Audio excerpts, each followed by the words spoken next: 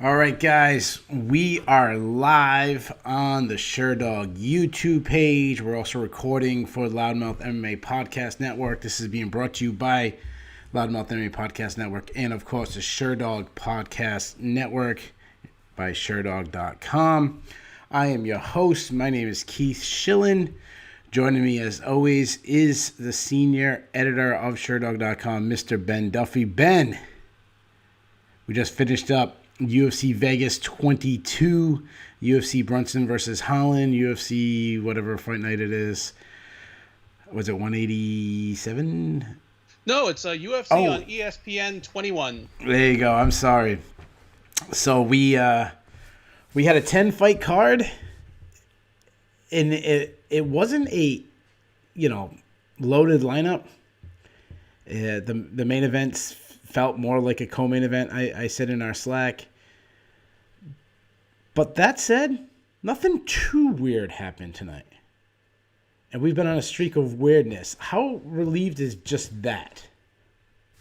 It's definitely a relief in a way. Our weirdness, I guess, took place yesterday as we had a scheduled competitor collapse on the scale and be scotched from the card day before. We had what was meant to be our actual co-main event tonight fall off, I guess, today, and like dominoes, knocked a teammate off of an even more anticipated matchup next week as Brad Riddell and Alex Volkanovski train together. So plenty of weirdness going on, but not in the cage, at least not that kind, although it was still a pretty weird main event. Yeah, it's getting to the point, though, when things happen with COVID, people get knocked off from COVID, it doesn't even seem like it's been over a year now. Speaking of COVID, for all our listeners that care, I actually got diagnosed with COVID today, but I feel fine. If anybody who actually cares. But back to the more important, the action. In the main event, we had Derek Brunson taking on Kevin Holland. Derek Brunson won a unanimous decision. I scored it 49-46, 4 rounds for Brunson. I gave Holland the last round. Ben, how did you score the fight? Exactly the same, 49-46. I did not give Brunson any 10-8 rounds. I've seen a few media scores out there, and at least one of the official scores mathematically must have had a 10-8 in there. I didn't, so I scored it exactly the same as you. Yeah, I mean, I don't think he did enough damage to really hurt Holland where I gave him a 10-8 round. Like, there was never a moment where the fight looked like it was going to be stopped. I mean, I think it was either second or third round he had a headed-on triangle choke. But a second round, you're saying second round. But it didn't seem that he was he was in danger because, you have a big, powerful wrestler like Derek Brunson on top of you. You have that, a typical wrestlers type submission. However, damage is really what gets us 10-8 rounds. We don't really know how close a submission is unless you ask the guy, were you getting choked? Were you close to getting tapped out? That said, so let's talk about Derek Brunson's performance. Derek Brunson, he's 37 years old.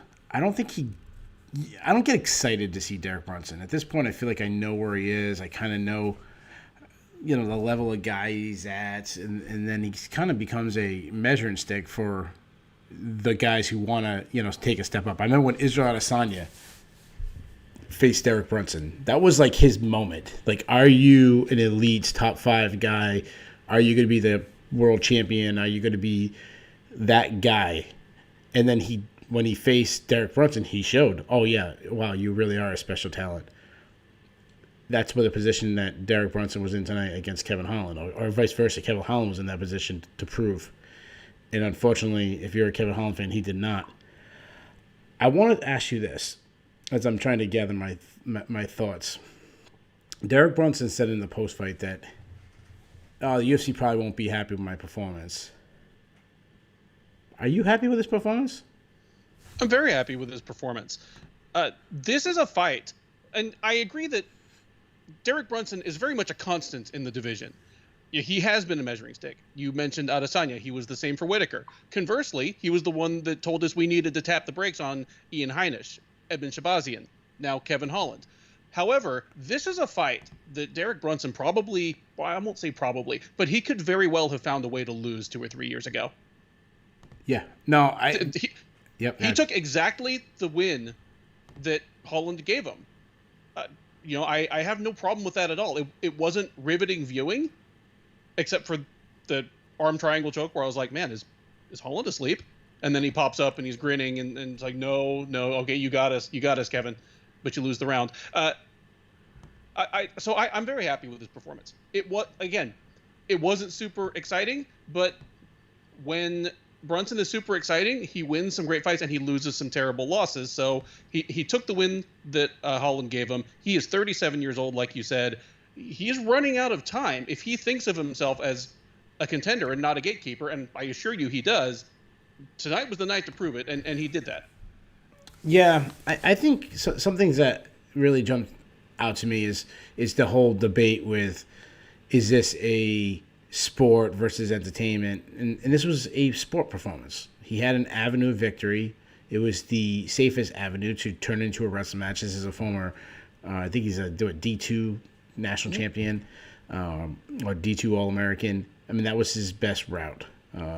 Thank you to the guys speaking in the chat. Some of them wishing I feel better. Thank you. I actually feel fine, guys. I had a little bit of congestion, but other than that, I'm doing fine. But thank you guys, anyways. So to me, you're 37. He's what 4 fights in a row now. And you mentioned something before that Derek Brunson would have lost this fight in other matchups. Like, I don't know, he talked about gaining composure with being with Stanford MMA. Some of it just be kind of getting older. When he was rocked in the very beginning of the second round, old Derek Brunson would have started throwing haymakers and probably ran into a knee, a right hand, something he would have got put out. To gain his composure, get a takedown, continue that, not fall for any of the tricks that Kevin Holland was, which I'm sure we'll talk about in a minute, the trash talking, or even the talking. I don't think it was just trash talking, trying to distract him. He didn't fall for anything. He was laser focused. They asked him in the post fight what was Kevin Holland saying to him. He said, I don't know. I wasn't really listening to him. I was trying to hit him. If you're a Derek Brunson like cornerman, you got to be thrilled with his performance tonight. Oh, I think Henry Hooft was probably thrilled because I've watched Henry Hooft die a little bit inside when some of his fighters have crashed and burned, and that's nothing against him. It's nothing against Sanford. It's just very memorable. I've watched him, corner Anthony Johnson against Daniel Cormier twice. Yeah. And I'm sure I can think of some examples more recent than that. So I've seen what it looks like when one of Henry Hooft's pupils does not do it like they drew it up in the locker room. Tonight, one of his fighters did, and he has to be thrilled. Yeah. Yeah, and when I think of Derek Brunson, like up to this point, and still to this point, but really, this actually might be the best win of his career. And not necessarily in the sense of, name value, or not name value, I should say. More of, when we look down his career, this is the best guy he's ever faced. That guy, more of like main event, kind of an underdog. He's going against a guy that maybe 1 or 2 wins away from a title shot, and he stopped it. And it was a good performance. He won it easily. That's what I'm saying. Like, this was a big win for Derek Brunson.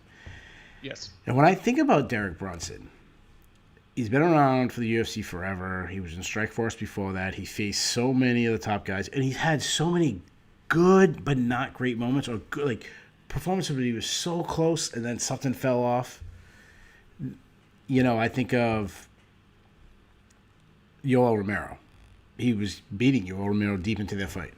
I think of Robert Whitaker. I mean, yes, we all remember Robert Whitaker knocking him out and kind of styling on him, but don't forget that Derek Brunson had Robert Whitaker very hurt. Yep. And almost put him off. Like, there's always been these moments with Derek Brunson. He's always needed that win. Do you think he got that win tonight, or is there still a ceiling he can get a little higher? Well, I think this, if not the biggest win of his career, and it might be, it is. That's all I got to say about that. Yeah, I apologize, guys. We're having it might be something in my house. I apologize. We're having a little technical. You broke up for a second. It actually told me that it stopped, but it's back up again. That's what happens when we do live. This is occasionally going to happen, guys. We're going to occasionally lose things. We've done this, like I said, we've done this show 6 or 7 times now live. Haven't had any issues. Shit happens sometimes. The thing that I also liked about the Griffin knockout is this was a tough fight to call on paper, and that what makes it even better of a knockout because it was obviously a decisive win. It was a good test for him and good win. Let's move on before that because this is the fight that's going to probably give me a little. We have some things to talk about. Montserrat Ruiz versus Cheyenne Paes. Ruiz won a unanimous decision. So let's talk about the ending first. So the girls got in a little pushing match, shouting match. Cheyenne Paes went straight like junior high argument. I'm going to follow you home, bitch. I think she said. I'll follow you home, bitch. Yeah. But they showed the replay, and something happened. The fight ended, and Ruiz was went over by his body. And I couldn't see what happened. Some people are saying she spit on her. I didn't see that. I'm not saying it didn't happen. I don't want to accuse someone of spitting without actually seeing spit. Did you see spit?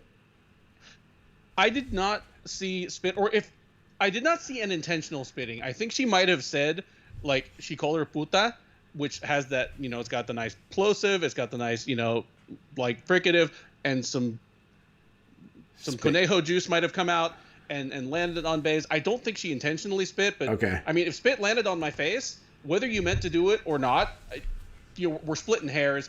For what it's worth, she denies having spit on her. Okay. I don't know. Like, I watched it a couple times, but I'm really not that interested in watching replays of potential spitting. No, like, that's gross. It falls outside the reasons I care about this sport. Yeah. You know me. I love the drama. I love trash talk. I love the whole Habib throwing the, Conor throwing the dolly at Habib. Like, I love that shit. Like, I wish we had more WWE stuff. Like, I love that.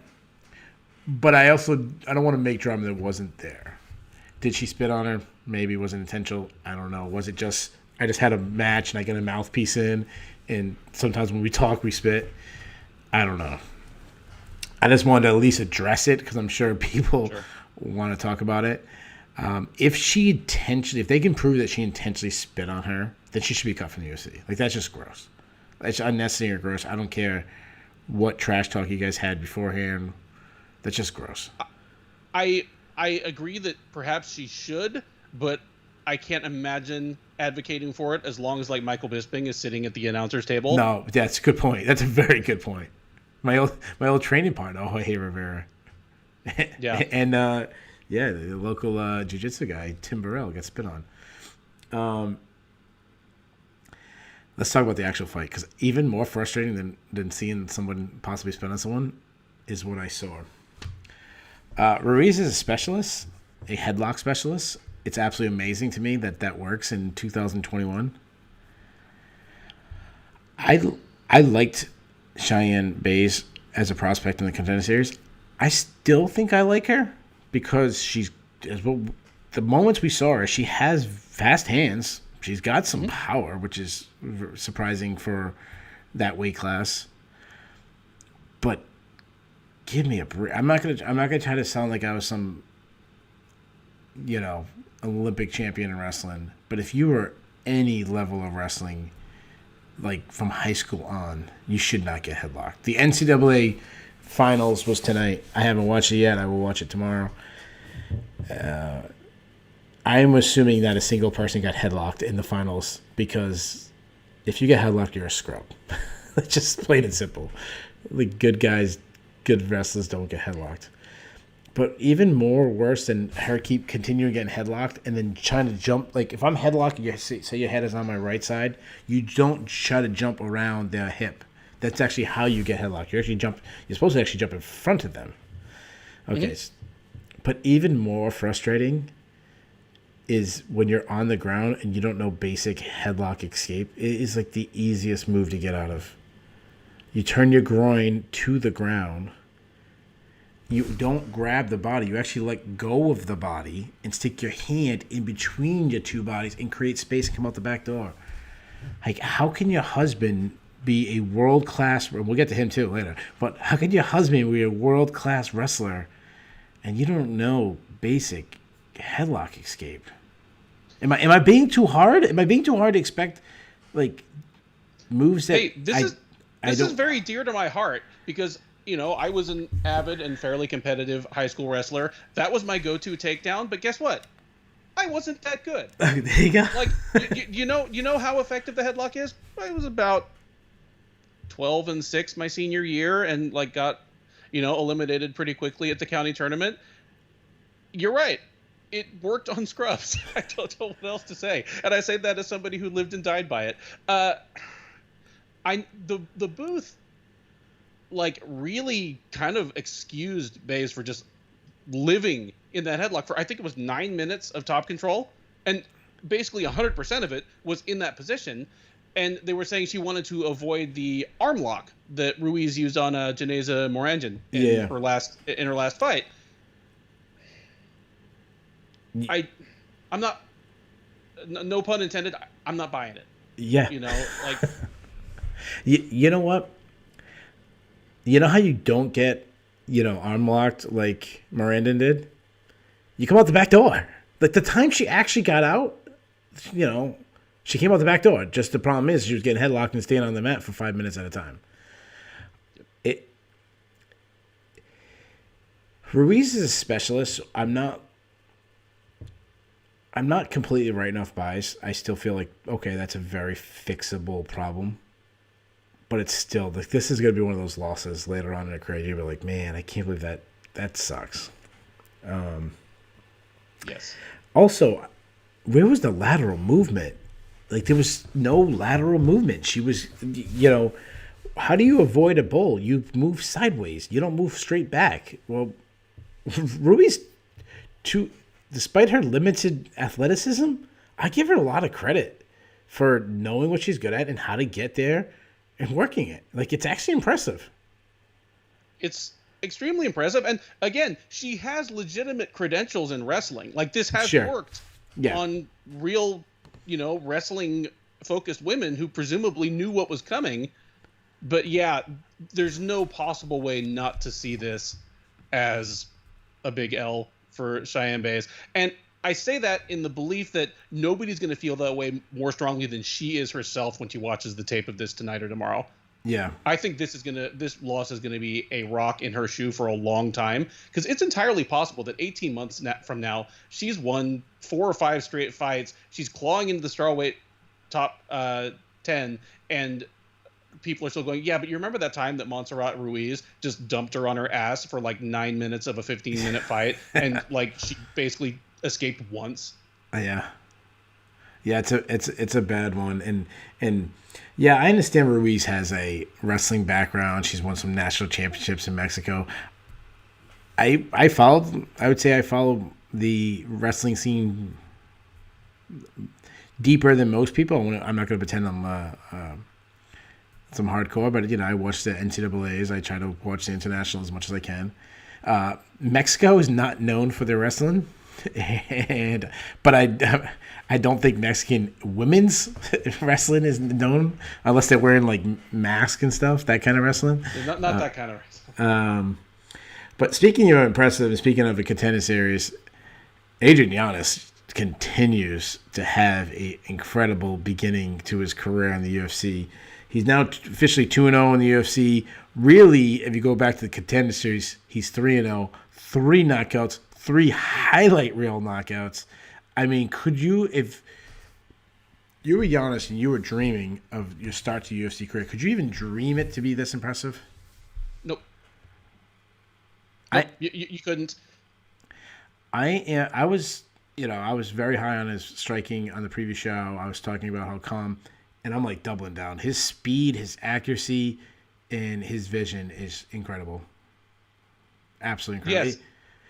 Yes. When I was watching that fight and he was landing the shots, even though it was a little slow paced fight, slower than I expected out of these two guys, and really a terrible strategy for Lopez. I don't understand why Lopez wasn't looking to shoot for a takedown at all. It just seemed like, okay, there's going to be a brutal knockout. Like, it's coming. I was just waiting, and it took longer than I expected. But then when it came, like, oh, okay, there it is. Like, it was one of those, like, I didn't jump off this, like, when you get this knockout, you're like, oh, my God. Like, I was just waiting for that moment.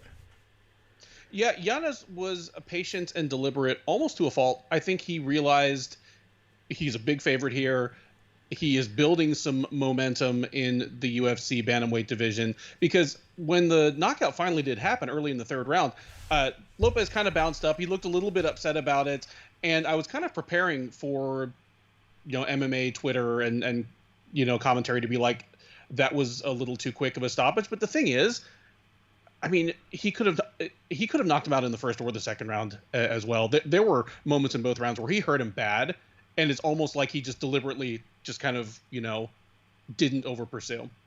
But yeah, I even ahead of this fight, I was like, he's already one of the better strikers in the UFC at bantamweight. He's going to run into somebody pretty soon here that is going to test his takedown defense, is going to test his endurance and strength in the clinch. His 3 losses, like we've said before, they're all to UFC level fighters, or guys that have been in the UFC, like Domingo Pilarte, guys like Levi Miles, who probably, could or should be at some point. And they all kind of, bullied him a little bit. He's going to get tested there, but if you just stand someone in front of them to strike with them, they're toast. And I'm not going to overreact and let's go up the top 10 and, who could he knock out? But that's really all I'm waiting for, is to see someone test his ground game. Like, will he be able to get these combinations off when he's more concerned about the takedown? Because Lopez didn't even really go for it, and I thought he could have. Yeah, no, I'm 100% in agreement with you. All in all, though, I'm very high in Giannis going forward. Speaking of being very high on, a guy that you are very high on, Harry Hunsucker, did not have a great UFC debut, as he took the fight, I think, on like 3 days' notice. He wasn't ready. And I'm joking when I say Ben's boy. But still, Hunsucker, he's not ready for the UFC. He was, lamb led to slaughter as Tai Tuivasa knocked him out. There was pressure on Tuivasa because like everyone expected him to win. And it was nice. I really like that he's really targeting the calves. That's a good sign. I think you were saying in the Slack, like, this wasn't a moment where Hunsucker, like, oh, he gassed out because he's been, 3 days camp. Like, no, this would have happened if he had 3 months. Like, it was there's levels to MMA. And is there anything else to say? Congratulations to Ivasa. I'm glad I didn't have to watch you drink beer out of a shoe. Yeah. If the only thing I get out of COVID era MMA is that he stops doing that permanently, I will consider that a win in some ways. Yeah.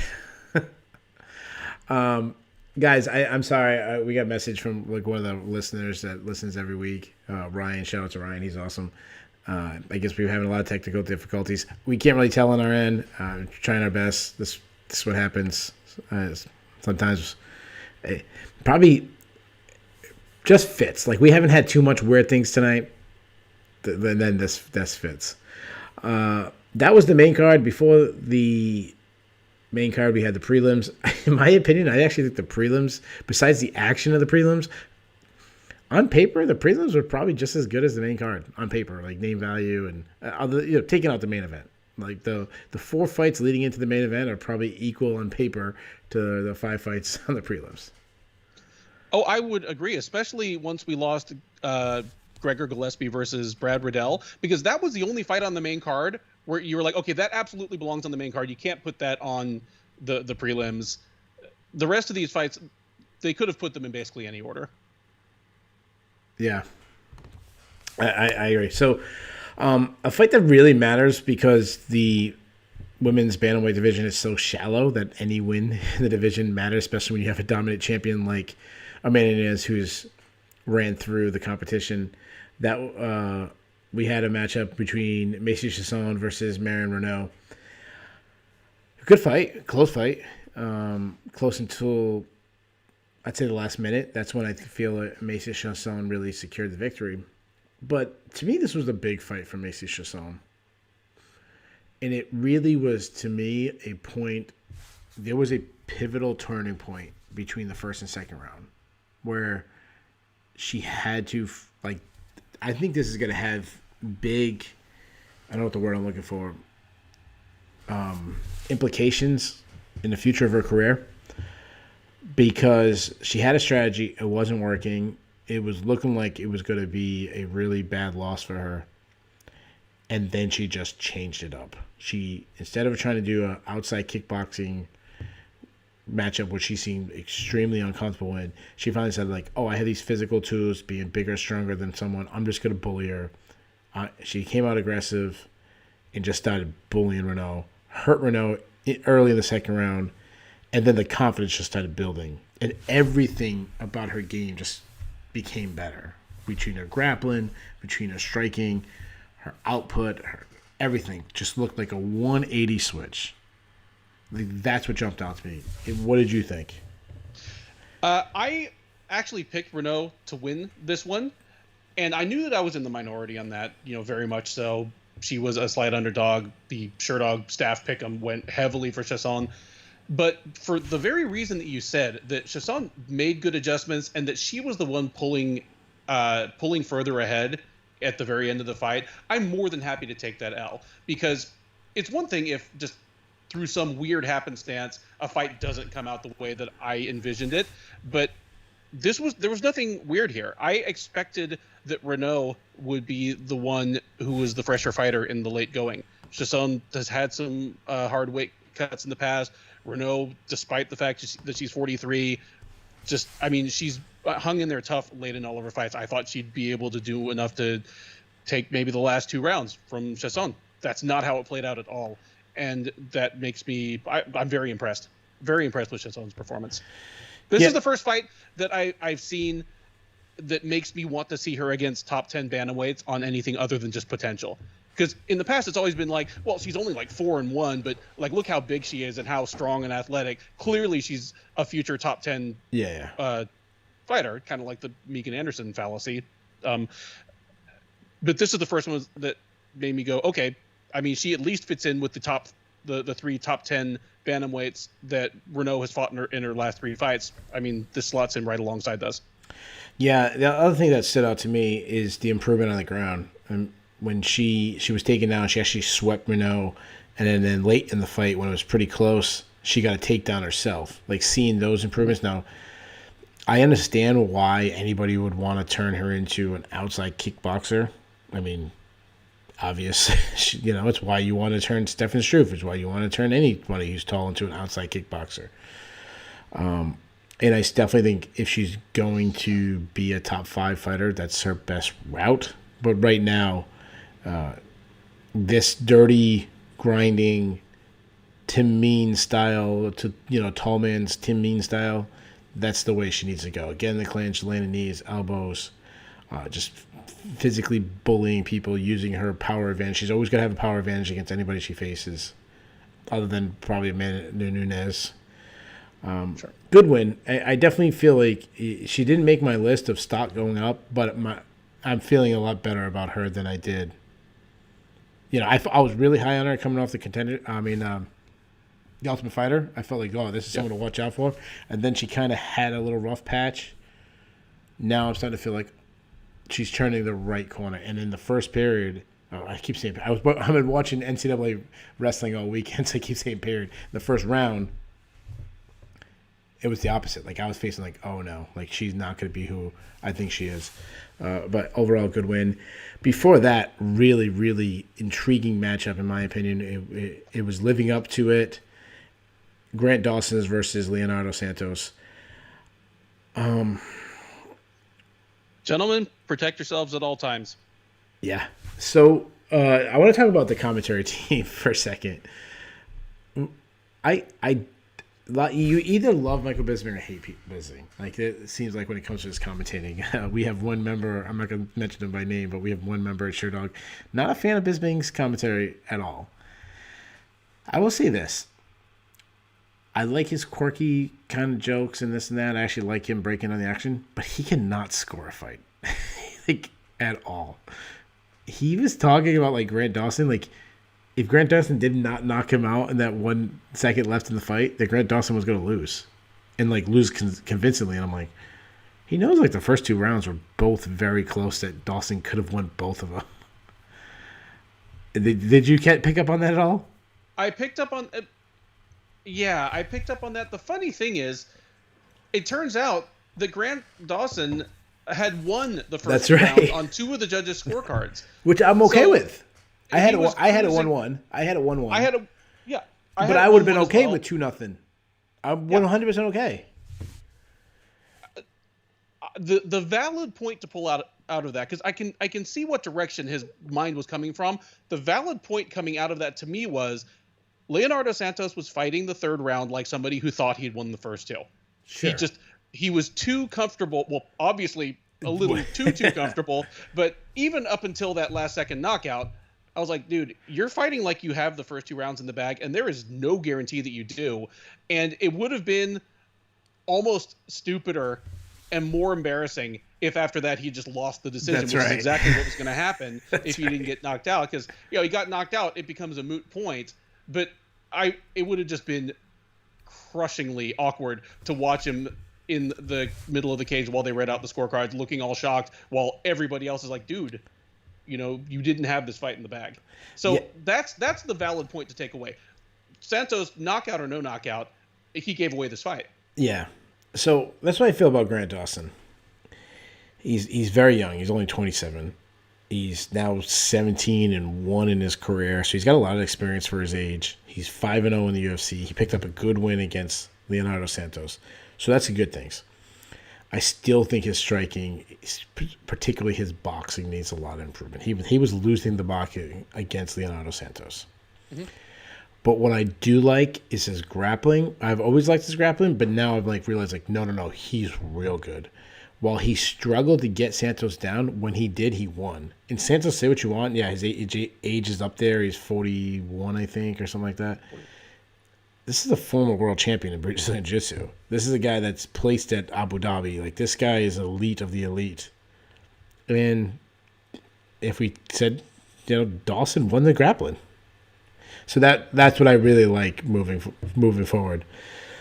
Now, 2 more things before we move on I want to talk to you about. And feel free to bring up any other topic about this fight. But can I just rant a second about, ankle locks? And this goes with the Delisce fight, too?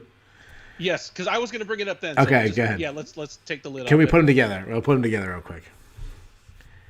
Actually, let's pause that real quick. I thought the Clay Guida call out was kind of weird. I feel like you're 5-0 in the UFC. You've kind of passed Clay Guida, unless he wants an easy win. And I understand that people say, name recognition of Clay Guida. His name don't ring like it used to. Anyways. I think there's probably about 3 or 4 people in MMA today that should drop down on ankle locks. Everybody else just should stop doing it. It never works. It never works, and you get punched in the face, and you lose rounds, or in this case, you get knocked out. That's my rant. Unless you're Ryan Hall.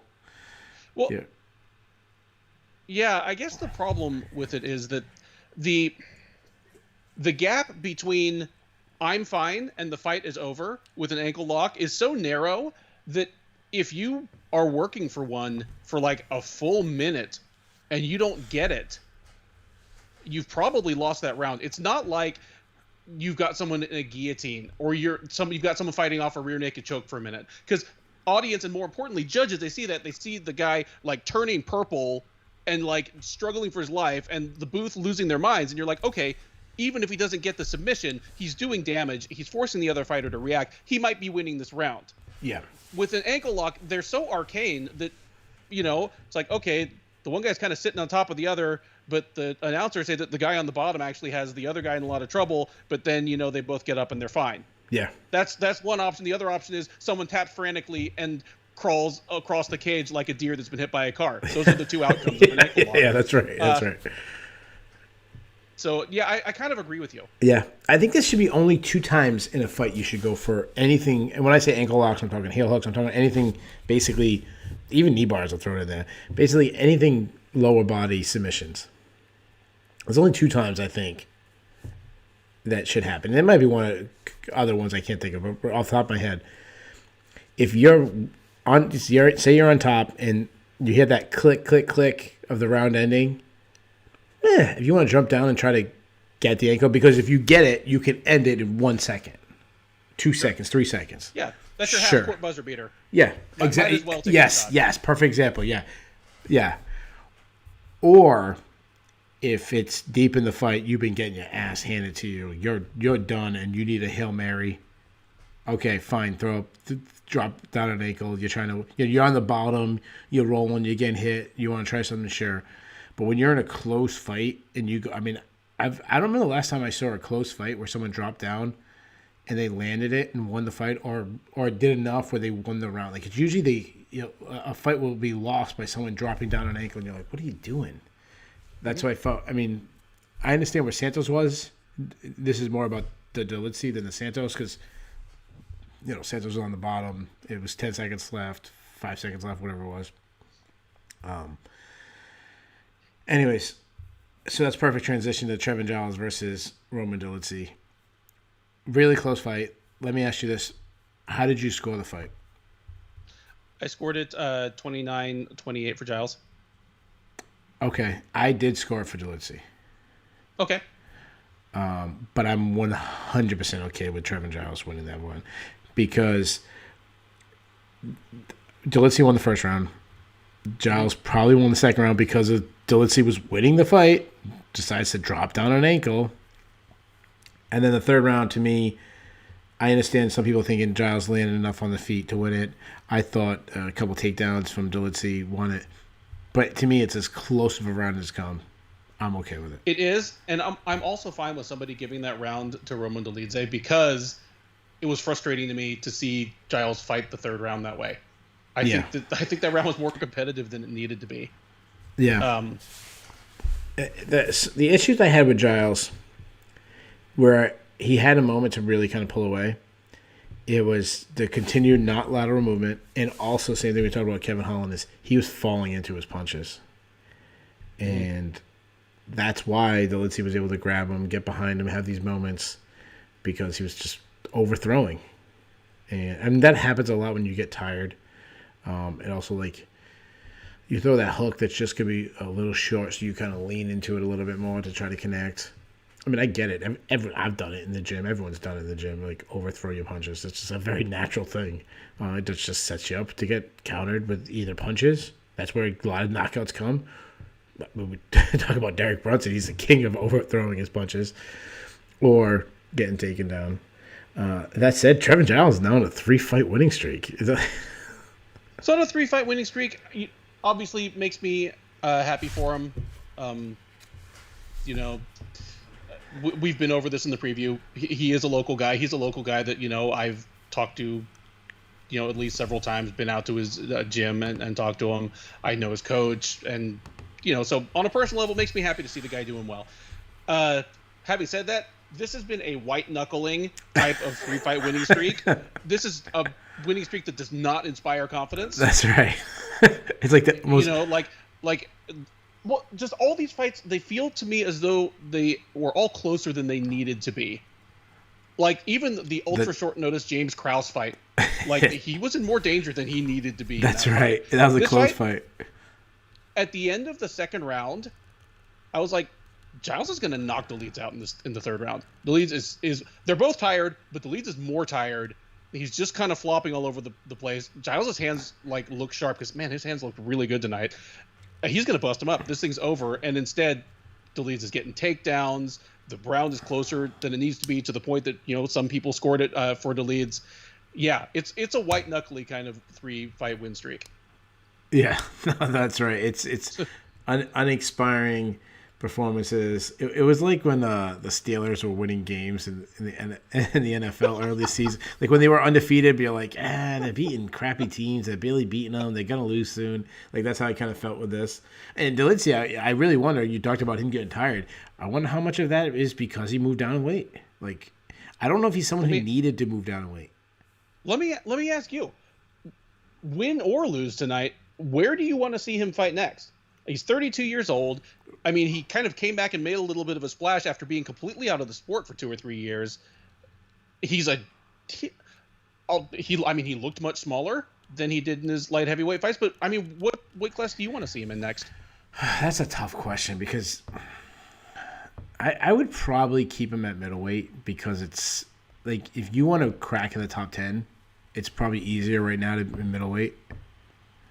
You know, there's been have a little bit of resurgence in the weight class of light heavyweight. It's definitely not that I think he's a title challenger in either weight class, but like I'm always thinking that way. He's closer to a title shot at middleweight. So I would encourage. I don't know. I think his style is always going to make him be tired, no matter what weight class he's in, because it's a grinding, heavy wrestling style. Like you're always going to slow down. Like I don't know if the weight cut was the difference. Where would you want him to fight at? I lean slightly towards agreeing with you, especially if he's like, okay, I'm just going to lock in at 185 from now on and make some actual changes in his body other than its water content to make that. Because, yeah, I agree that if you'd asked me a year or two ago, I would have been, oh, dude, light heavyweight. They need people who can win 3 fights in a row and haven't already lost to John Jones. But now that Jones has moved on, all of a sudden people like Teixeira and Smith like have new. It's an intriguing division. It's like intriguing now. Even though it doesn't have the name value of John Jones, I'm actually more intrigued. It's because it's wide open. Yeah. So, yeah, if he feels he can do it comfortably or he wants to make the commitment to, again, just kind of changing his training and nutrition regimen so that he can more comfortably make it, yeah, go for it at 185, I guess. Yeah. Speaking of being uncomfortable, Jesse Strader was uncomfortable in his UFC debut. Montel Jackson, there's levels to this. This was a mismatch. We said it on the previous show, and it really lives up to it. As soon as Jackson dropped him the first time, it was one of those, like, I went from being an MMA fan where I'm, excited to see a knockout to, like, feeling bad. Like, yeah. Like, this was like the first day of, like, Taekwondo and the black belts going against the white belt. Like, this just wasn't fair. It's not fun. Wasn't fair. Wasn't fun. And the thing is, it's not just that, okay, Strader sucks. He's not ready. There's a possibility that he just needs he needs more seasoning, and even taking the difference in experience aside, Montel Jackson is a miserable matchup for the way that Strader has won matches so far. Because kind of the same thing I said about Adrian Yanez. Jackson, if he wants to move much further up this division, he's going to have to deal with people who are going to be determined to get him to the ground. Mm-hmm. And we'll have to see how he reacts to that. But Jesse Strader ain't it. No. I'll say that I don't think Strader's UFC level. And I think not only do I think he's not UFC level, but I think Montel Jackson's a good prospect. So it's kind of like the double thing going against him. Mm-hmm. But as we say about this, when we have a guy who's a big favorite, there is some pressure that you have. And this is what people expect of you. And then you don't even get credit when you do it. So before that, JP Paes versus Bruno Silva. What a great performance by Bruno Silva. Bruno Silva, it's funny because there was a part where it seemed like JP Paes was starting to get his timing, started to slow him down, and the speed and the power of Bruno Silva was tremendous tonight. Yes. And I think you and I both feel that it was surprising how little JP Paes committed to the wrestling. That was my next note. Yeah. But even the time that they spent wrestling and grappling, Silva more than held his own. I thought he looked great there. Yeah.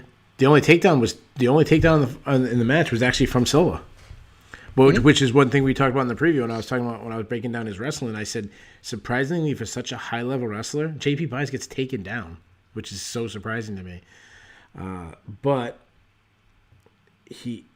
I didn't understand why he wasn't initiating his own wrestling. Like, even his wrestling was off of scrambles. It was a defensive mindset.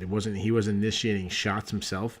And when you saw Bruno Silva lose his last 2 matches, both close, but he was probably lost because of being taken down to, especially in your UFC debut. I don't know if he was trying to make an impression or what, but when I would have thought after he got his clock cleaned early in the fight that would turn into, oh crap, maybe I should go do what I'm really good at and turn into a wrestling match.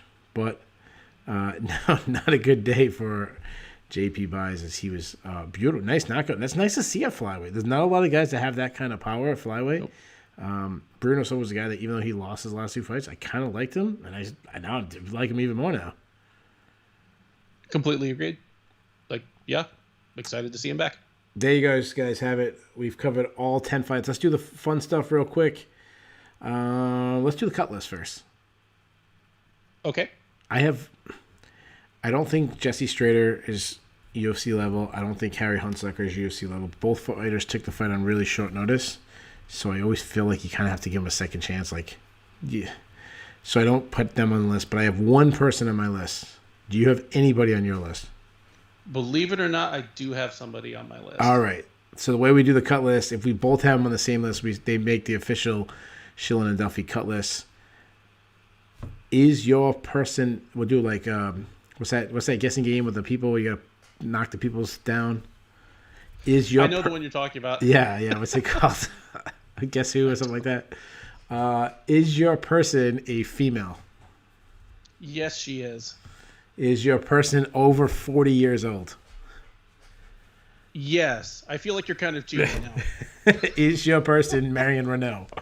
Yes, but let me throw this out there, because typically when we do the cut list, I'm a little more forgiving than you are, and we were talking about someone in Renault that she doesn't check any of the boxes. Yes, she's lost 4 in a row, but they've all been at least competitive. Sure. And they've all been against people who, at least coming into the fight, or at least going out of the fight, if not coming in, were top 10 quality women, including now Macy Chiasson. So that's one box she doesn't check. Box number 2 is, even though she's over 40, she's not taking a ton of damage in these fights. She's not like Junior Dos Santos or Andrei Arlovsky or Alistair Overeem, where we're just going, oh, dude, just please, on a certain level, she could keep doing this forever. The 135's got more women, but I just say, yeah, let her go, make room for someone else. And if she is dead set on continuing the fight, there's probably someone who'll pick her up, and hell, she'll probably start winning fights again. I still feel as though she's a really good fighter. Yeah, no, she is. She really is. I wouldn't say really good, but she's good. There's girls in the UFC that I'm not calling to be cut that is worse than her. Mm-hmm. It just comes down to me that she's 43 years old. She's on a 4-fight losing streak. She hasn't won a fight since 2018. She's been over 3. It was actually early in 2018. I looked. February 24th against Sarah McMahon, who left for years. Mm-hmm. So she hasn't won a fight in 3 years. She's 43. She's a school teacher. It's like, you have a good job. You don't need to be fighting anymore. Just retire. And I don't know. I just feel like she's just time to.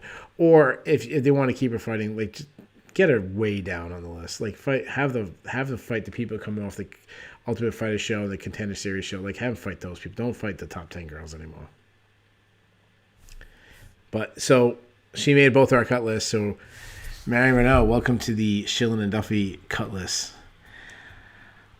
All right, we got the Bulls and the Bears. If you guys aren't familiar with the Bulls and Bears, that is a stock market reference where if things are going good, it's a bull market or a bull stock. If it's going bad, it's a bear market or bear stock. Let's do the Bulls first. How about that? We'll do the good things. I'll let you go first. So we can pick up to 3. We can do this hockey style with number 1 would be the best choice. We kind of count down. Go ahead, Ben. Okay. My number 3 bull is going to be Bruno Silva. He entirely possible he was fighting for his job. Yep. And not only did he win, this isn't something he just pulled out of a hat. This wasn't the Grant Dawson Hail Mary that wasn't a Hail Mary. He dominated. and he got a fantastic finish. He picked up a bonus, by the way. Your performance of the night bonuses: Max Griffin, Adrian Yanez, Grant Dawson, and Bruno Silva. So he is number 3 because not only does he still have his job, but I'm more excited to see his next fight. Flyweight needs fresh bodies. He has a well-rounded skill set. He might have just gotten some rough matchups in his first 2 fights because, like you, I thought he had potential. So that's number 3. Number 2, Derek Brunson. It wasn't pretty. Nope. But it was a win he absolutely needed if he really thinks of himself as a future title contender, if he really wants to get a shot at this before it's all said and done. He absolutely needed this. He stole the momentum, or he halted the momentum and stole some of it from the hottest fighter in the UFC right now. Like, who had the most momentum of anyone in the UFC right now, like, other than, like, champs? Kevin Holland. And Brunson stole it. And like we said off the top, he took the win that Holland gave him. He used to be a guy who could kind of find ways to lose fights. He did not find a way to lose this fight. I got one guy that has more momentum than Kevin Holland, who's not a champion. Who you got? Dustin Poirier. All right, okay. I took a technicality. Again, go on. I apologize. Hey, I was gonna suggest in the Sherdog rankings that we rank Gregor Gillespie again, even though he didn't fight, just to make you mad, just to help you sweat out the COVID. Yeah. And my number 1 is gonna be Adrian Yanez. Call me a homer, but again, by the eyeball test, this guy looks like a future contender. There are questions left to be answered about him, but at the very least, he's quickly telling us that, you can't match me outside of the top 15 anymore. I'm not a prospect. I'm a contender.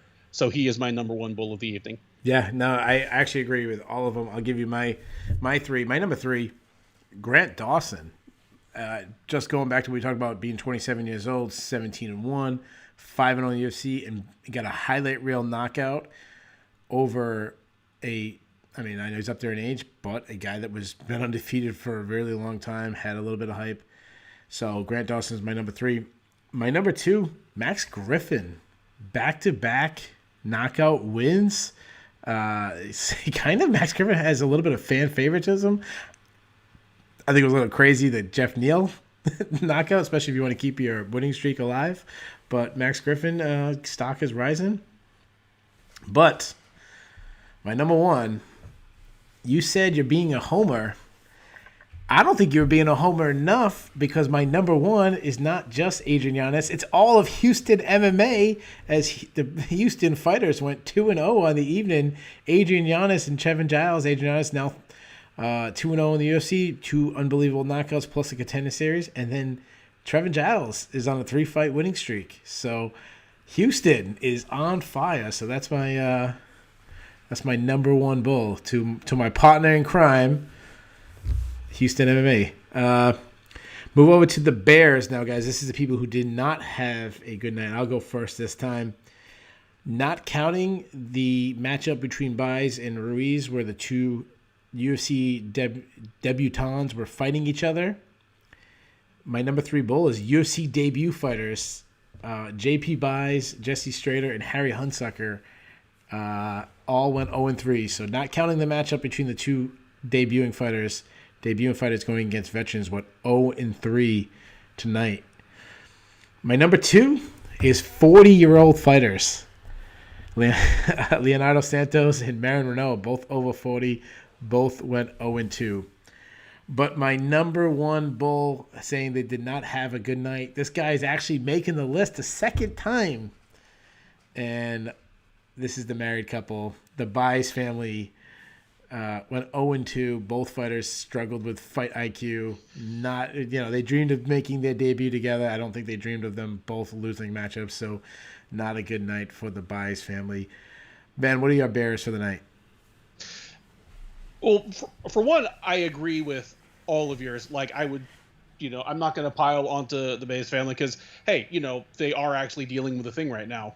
They just lost a significant chunk of their planned income for, the next portion of the year. They both got to bounce back from losses. At least one of them is going to be ultra frustrated, I think, when she just watches the film So, but yeah, they absolutely would make my list as well.